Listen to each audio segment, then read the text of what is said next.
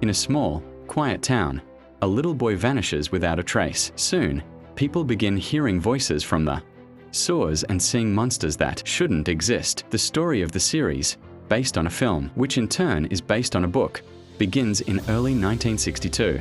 Inside a movie theater, a musical is playing, watched by various audience members, including a boy named Maddie. Despite his age, he never parts with his pacifier. The sound of his sucking irritates fellow moviegoers. A theater employee appears with a flashlight and asks Maddie to leave. The film is too risque for someone his age. The boy runs away from the usher and hides in the lobby behind cardboard promotional figures. He's spotted by Veronica, the daughter of Hank the projectionist, but instead of turning him in, she redirects the usher elsewhere. Believing the danger has passed, Maddie crawls out of his hiding spot and nearly gets caught. After that, the boy wanders along nighttime roads beneath railway overpasses, hitchhiking as he goes. Once he passes the town's entrance sign, a respectable family picks him up in their car. There's a mother, a father, and 2 kids. The boy admits he doesn't care where they're headed, as long as it's far from his hometown of Derry. Meanwhile, the older daughter pulls a Tupperware container of cookies from her bag. Dipping her fingers into the filling, she sniffs the blood, then offers it to Maddie so he can join in. When the boy turns away, the girl snaps at her brother, shouting. Her mother suddenly joins in with the same level of cruelty, spouting obscenities. In response, the whole family bursts into unnatural laughter. At that moment, Maddie sees ahead the sign of Derry, the very town he just left. Supposedly the best place in the world to get rid of a child. They are heading back. The boy begs the driver to stop, but the family completely ignores him, absorbed in their own conversation. The father even turns up the radio volume just to avoid hearing the hitchhiker. Maddie tries to open the door to jump out, but it's locked. He grabs the steering wheel, causing the car to swerve, and then slaps the pregnant belly of the woman sitting in front. The blow immediately triggers labor. Despite the emergency, the man doesn't even consider slowing down. A bloody lump of flesh tumbles out of the woman onto the floor mat, and the entire family gazes at it with tenderness. Unable to resist, Maddie also looks forward and sees a horrifying winged mutant lunging at him. The grotesque infant begins flying around the car cabin on leathery wings, causing panic. Unable to bear the horror, Matty turns to the window, closes his eyes and ears, and starts sucking his pacifier. The other passengers stare at him, and then the baby leaps forward. The pacifier flies out through the shattered window and falls into the river they are crossing. The story jumps forward 4 months, to April 1962. A schoolboy named Phil, obsessed with alien conspiracy theories, watches from the terrace of an abandoned municipal building as military planes land at the local airbase. On board are Korean War veterans, Major Leroy, Henlon and his partner Captain Polly. They met by General Shaw's aide, who personally shows them around. It turns out this is one of 6 strategic bases, and the northernmost one, in the event of war with the Soviet Union. Just 7 hours away by car, it would serve as the first line of defense. Arriving at the hangar, Major Henlon meets his new subordinates, but one refuses to greet him, because the new commander is black. Only General Shaw's arrival forces the racist to obey orders, albeit reluctantly.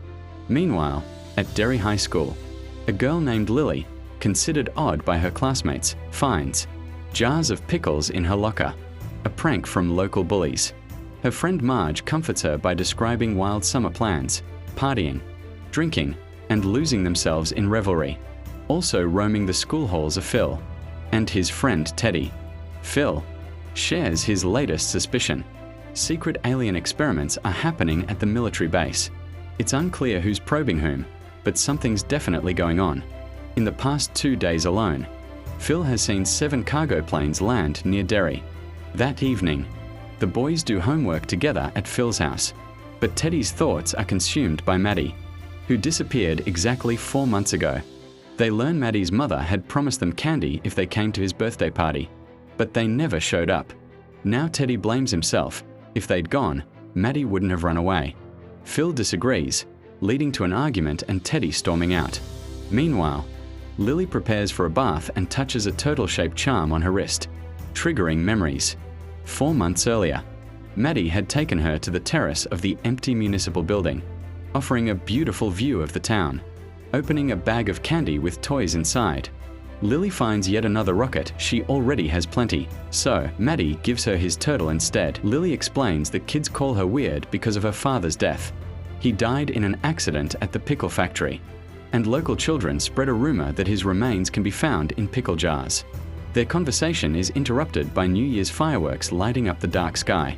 Seizing the moment, Maddie leans in to kiss her, but she pulls away, inflicting deep psychological trauma on his fragile ego. He leaves, and that's the last time she ever sees him. Snapped back to the present by her mother, Lily is reminded it's time to visit her father's grave. She hasn't been there all year. After her mother leaves upset, Lily suddenly hears Maddie's voice singing a song from the drain. She leans over to look and calls his name.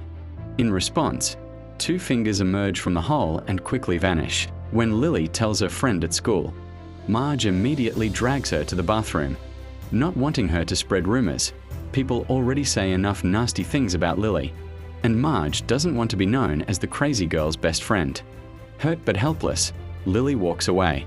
Phil doesn't believe her, but Teddy considers the possibility that it's just a runaway teen hiding in the sewers more plausible than aliens at the base. They can't agree, so Lily leaves. Major Henlon visits General Shaw, who says he punished the disrespectful subordinate with latrine duty. The general also reveals Henlon's transfer is tied to testing the new B-52 intercontinental bomber. At dinner, Teddy asks his father if someone could kidnap a child and keep him in the sewers. His father lectures him about how Jews survived Nazi concentration camps where lampshades were made from their skin. Those were real horrors, unlike the comic book nonsense corrupting his young mind. Later, while reading comics in bed, Teddy notices his desk lamp flickering and turning off on its own. When it comes back on, the shade has transformed into a horrific human skin puppet. A terrifying face screams in unison with the boy until the hallucination suddenly stops. His older brother peeks in, wondering what all the noise is about. At sunset, Teddy gathers his friends on the terrace overlooking the town and tells them what happened. The kids fear that if they tell adults about their experiences, they'll be sent either to strict boarding schools or, worse, to closed municipal institutions run by the health department, not education. They decide to investigate Maddie's disappearance themselves. It's where all this chaos began. They head to the library to look through newspaper archives. Phil has to bring his little sister Susie along since there's no one to watch her. Finding a news article about the missing boy, they realize the last person to see Maddie was Veronica, the projectionist's daughter. They go to question her, but she refuses to talk. She's tired of police interrogations and their old habit of trying to blame her father.